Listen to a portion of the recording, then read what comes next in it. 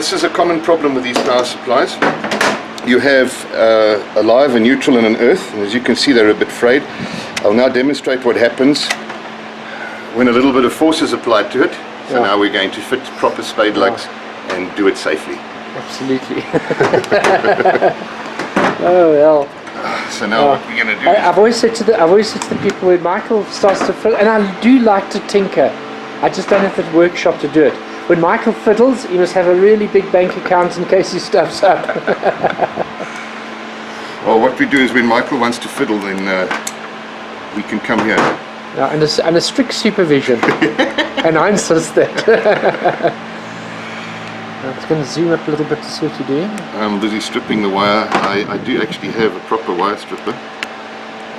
This is terribly thin. This is like a 0.5, which is fine considering this thing draws 1.3 amps from the mains. It's like nothing for that thickness of wire. You see why you have a workshop with all the right tools? Yeah, I know. You make me jealous here. Okay, I've zoomed up very close. Like that, so that it's actually a bit tighter inside the lug. When you crimp these lugs, if you have a look, if you can zoom into that top of that lug, the lug is actually curled up and there's a gap down the middle. If you look at the crimping tool has a shoe and it has a receiving side. So what happens is you have to always put the rounded top receiving side where the split of the lug is, because if you don't, you put it upside down, it actually breaks the lug in half. So gentle squeeze, and we have a proper, and I'm pulling very hard on here, short of breaking the wire. We have a very good connection there. Now, an important thing that people don't really know about lugs and stuff like that is a solder joint is good, and you can solder lugs, but I, in experience and being taught many years ago, was that a copper to copper joint is better, because when you crimp something together, the two metals actually go into each other. So you have this round part of the lug, and when you crimp it down, the two copper parts actually mesh with each other and they actually bond, they combine.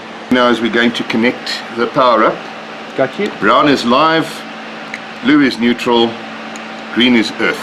You'll notice here there's the earth, neutral, live, that you actually connect things properly, because remember that your neutral in most places, and it should be, is earth actually. It's just that you have a voltage drop. And there's another stowaway. There we go.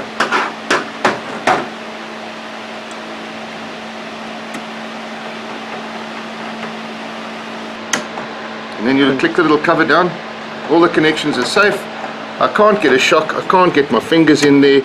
I can't touch anything that can shock me. DMR, 40 meters. So that's why they're the closest here. The idea with the station was to have multiple operating positions, so that if we did do something like an activity, which we did actually do a ham net exercise, I was like this, and I was, try 40 meters, okay, no, try 10 meters, okay. Oh, so and then eventually I said, and of course I had the noise cancellers running, so these guys were out in the field and all they were getting was noise, and they couldn't hear me, and I could hear them 5 and 9. So the idea is we can move the doggies out the way, and put another chair here, have an operator on 40, 10, 80, 14 up to 28. Plus there's a 2-meter station here, which is very handy to be able to switch to, the repeaters mainly. Then have an operator here logging, and then have an operator here, because here we've got DMR on UHF, we've got 70 centimeters here, we've got another HF radio here which is actually dedicated to 24, maybe it's 12 meters. Yeah. And at the moment it's on 14095.6, because I'm using it for the whisper antenna, because there's less noise, but for some reason the whisper's not working again. I need to find out what I've done wrong. I've changed something. This rig is 40, but this is on the G5 RB, so this technically can go anywhere. I can tune this anywhere in the band. This radio is the wild card.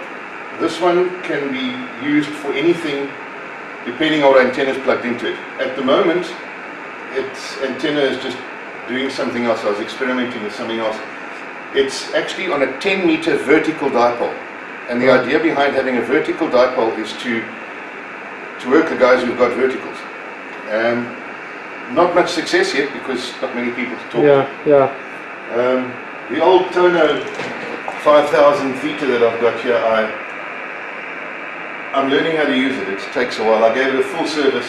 It's working like a dream. It's just I don't get any Morse code strong enough in here. And then my old FT221R that I bought at a flea market is sitting on 144 300 upper sideband in the hope that somebody will call, and it's on the Yagi pointing west, but no, never hear anybody. And then my good old FRG7 listening to LM radio. And then a very important one here. This is my very, very first radio I got when I was at school, when I passed my license, when I was 16. My father bought me this radio. It's a TR2200 GX. Yeah. It's a crystal controlled 2-meter radio. It's 25 kilohertz. It's really not of any use excepting on simplex. And yeah, it's still here and it still works. And it's gone through a lot. And then its brother, the TR2300, set on 500 simplex.